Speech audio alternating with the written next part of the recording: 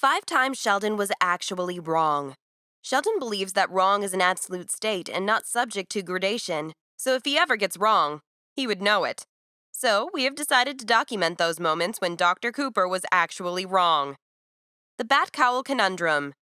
Sheldon was in an online debate in the DC Comics Batman chat room in the Hofstadter isotope.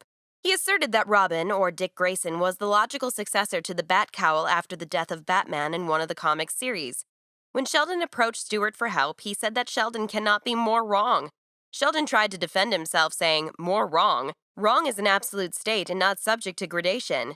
Being a theoretical physicist, he should have known that at times things can go less wrong or more wrong in science. Like GR is more predictive in extreme conditions than gravity, yet both of them are more right than Aristotle's natural motion. GR and gravity both are right in their domains. It's sometimes they are more or less accurate based on situations, so there's nothing 100% right in science. The equation squabble. In the pirate solution, Raj and Sheldon were working on the collision theoretically. When Sheldon was working on the rate, Raj said, "That rate is much too low for what we'd expect from this collision." Sheldon argued that he's right, and Howard took off blowing raspberries at Sheldon. Later, Sheldon realizes his mistake and asks Raj to come again to work for him. The arithmetic error. In the Hawking excitation, Stephen Hawking came to the university and assigned Howard to maintain the equipment on his wheelchair. Sheldon was very excited about his arrival and showed Hawking his paper on Higgs boson. Sadly, Stephen Hawking found an error in his work and said that it was too bad.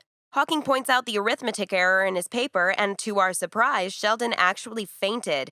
After all this, can he really laugh at the multiplication error of Leonard or mock him for it? Who's smarter, Sheldon or Kripke? Sheldon and Kripke had separate grant proposals for a new fusion reactor, but the university decided to accept only one, so the authorities decided that they should work together. Sheldon is a genius, but he often undermines people too much. He insulted Kripke, giving him black paper, saying it has more value than whatever is in Kripke's paper. But it turns out later that Kripke's leaps and bounds ahead of Sheldon. Is Howard smart enough? Sheldon has always mocked Howard because he doesn't have a PhD. When Sheldon was promoted as a professor, nobody joined his class as he has a reputation for being obnoxious.